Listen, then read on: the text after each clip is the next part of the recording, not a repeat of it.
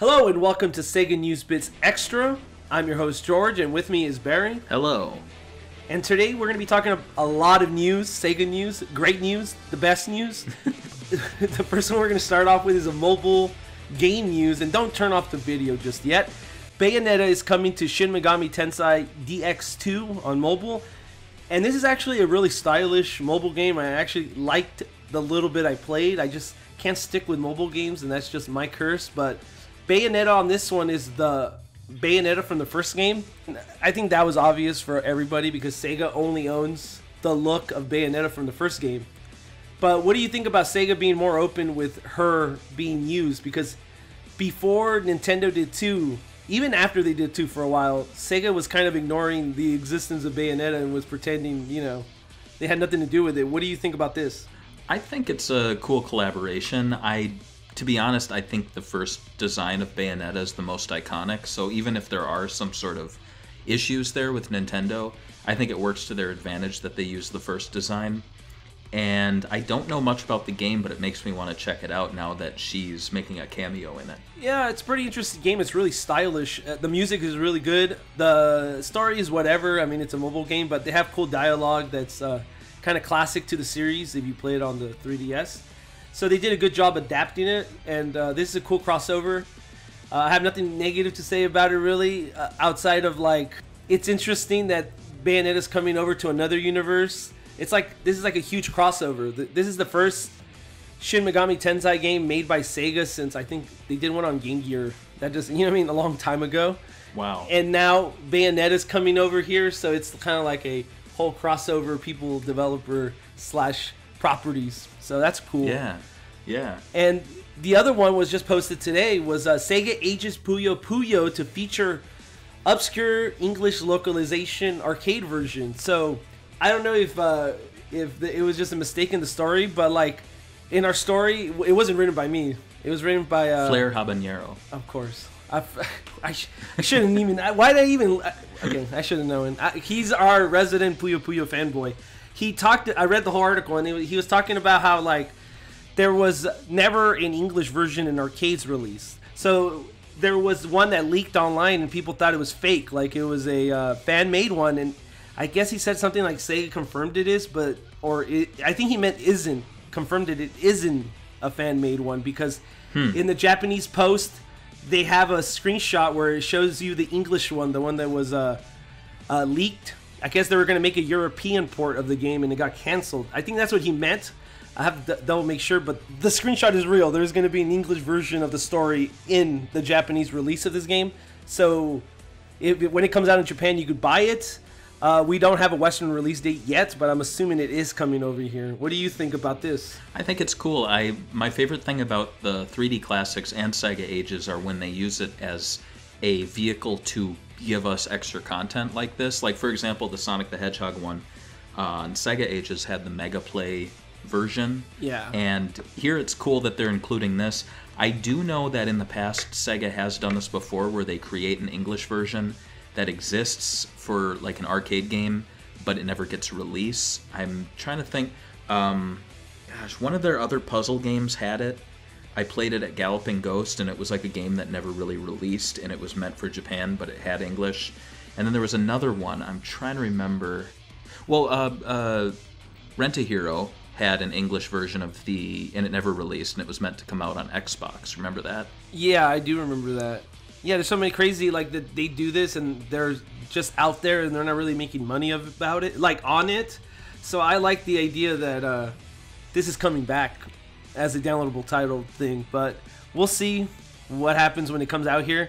I would love to see an updated version where it's like, because, you know, a long time ago, sometimes they were kind of lazy with translations, especially in the 90s. So I would like to see the one that wasn't released, and right. If the Sega team here wants to redo it again, if there's anything to correct, then that it would be pretty cool to have 2 of them or something like that, you know? Yeah, totally. So the next bit of news is Sega has officially been a third party since, I mean, longer than they've been in the console business. So you wrote this article. Yeah. Explain to me. Explain. Just assume that I'm a guy that doesn't know anything. Okay, well, first off, this came about back on the Sega Bits forums in like 2015. We were having some sort of conversation, and I think people were saying, you know, like, the console days were better, yada yada. And I was like, look, they were great, but we have to understand that we are so deep into the third-party era that it's kind of crazy to act like those days were, you know, so great. And they were great, but to like downplay the third-party era of Sega when we're actually like almost to the point where they have been a third-party company producing games for other consoles and not their own hardware, that they had been doing that since from 1983 to 2001. So it's kind of crazy when you think about it that way, because you know, the SG-1000 released in 1983, the Dreamcast was officially discontinued on March 31st, 2001, and while they did release games after 2001 for the Dreamcast and still sold the console, that was mainly just commitments to developers and to contracts. And I believe, too, their financial report ended the 31st, and that was a reason, too. Yeah, so basically close to 6,500 days of console games from Sega on Sega consoles, and then 6,500 days of them doing third-party games. What I thought was really interesting about this, though, is you look at SG-1000 graphics compared to Dreamcast graphics, and it's an insane jump. Oh yeah. But then you compare Jet Set Radio Future or any of their you know, like the 2K sports games that were coming out at like NFL 2K2, 2K3 that were on rival consoles. Compare it to now, it's still a big jump, but it's nowhere near what the SG-1000 is to the Dreamcast. What do you think about that? And I think that's what we're seeing here right now, right? Like, we have to, okay, so like you said, people are comparing Sega back in 83 through 99 or 2002 or whatever was the last time they made a console, right? To Sega from then to now. I think people forget that, like, Sega, we could sit here and go, oh yeah, they made Streets of Rage, they made Sonic the Hedgehog, they made the Sega Genesis, they made the Dreamcast, they made Jet Set Radio. We could go on, we could be here for like a month just talking about the great shit Sega did during their time. But you also have to think, like, making games now from the Dreamcast era to now, the reason they haven't, I guess, like, jumped as big as they have is because it takes a lot of money. Like, right after Dreamcast, when they started going HD and all the textures were like 4 or 5 times more sharp. That's why we haven't had as many hits as we did back in the olden days, because making a Genesis game takes a little bit of people compared to making Yakuza 6. So I would say, yeah, I would say I'm indifferent about it. Yes, more simple I like the idea of having more simple games like in the Genesis era. They're more creative, but games now are more expensive to make, so I mean, what are you gonna do, right? Right. That's what we're living in right now. But anyway. Yeah. As far as what I like better, I like them both. I like Sega as a whole. I don't think people should split it up. There was a time and era where Sega was a competitor in the consoles, and I loved it. And now Sega's third party, and I love their third party games. I don't think we have to choose, right? Right, exactly. Love it all. This story is that Sega's Rieko Kodama is being honored with the GDCA Pioneer Award.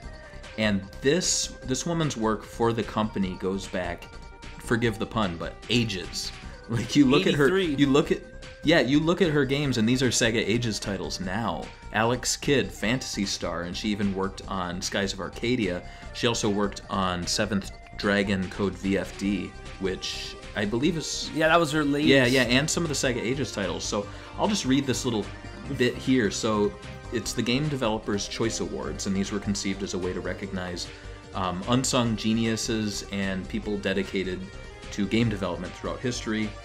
And this year's award, they are, I'm paraphrasing, but they're giving it to Rieko Kodama, who spent decades developing some of Sega's most indelible classics. And Kodama-san could easily rest on her laurels, but instead she's dedicated herself to creating games that transcend gender and generations to give us countless hours of joy. I think that's interesting, transcend gender, because I'm looking at her work, and yeah, it's...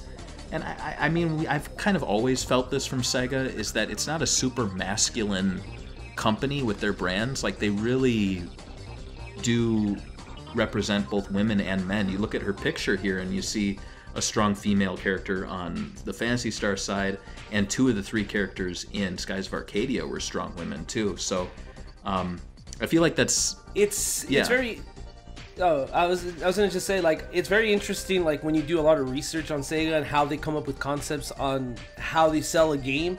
They're like the most, like, I know there's this like stereotype of Japanese businessmen being very xenophobic and not wanting to trust white businessmen. You've seen the stories with the console wars and all this stuff, but one thing I did notice about the developers is they loved traveling. I mean, probably to travel because everybody loves to travel, but they also saw what people enjoyed in other cultures and other countries. Like, obviously, Space Channel 5 was aimed at women, so they tried to make it fashionable, flashy. And then they had Daytona USA that was being aimed at, obviously, the NASCAR crowd and more American crowd. So it's very interesting, and it's true. He's right. They thought outside of the box to sell these games. And it wasn't a political agenda or anything that we have going on now where everything has to be political. They just wanted to sell games to as many people as possible. Yeah. And that's fine. And I'm glad she's getting an award. Same here. And also, I should point out, this news was posted on Variety, which is a big deal. Like, that's a very reputable entertainment newspaper and news source. And I just want to say that for a long time, Kodama, like especially in the mid 2000s, she wasn't getting, like, she was on the, you know, Sega Aegis projects, but she was on some that weren't, you know, they weren't getting great reception, and a lot of people thought that she was just gonna, like, basically leave the industry. There's a lot of people that, like, made great games when we grew up and they just, like, vanished. So I'm glad that she's coming back. I've been seeing her a lot with the new Sega Aegis titles. Seventh Dragon, she did a lot of interviews. So I'm hoping that she continues to get more work because I think she's talented and I want to see her do more projects, especially JRPGs. Anything you want to add before we finish this episode? No, I think we covered a lot this week, so I'm really happy to see Sega news coming back.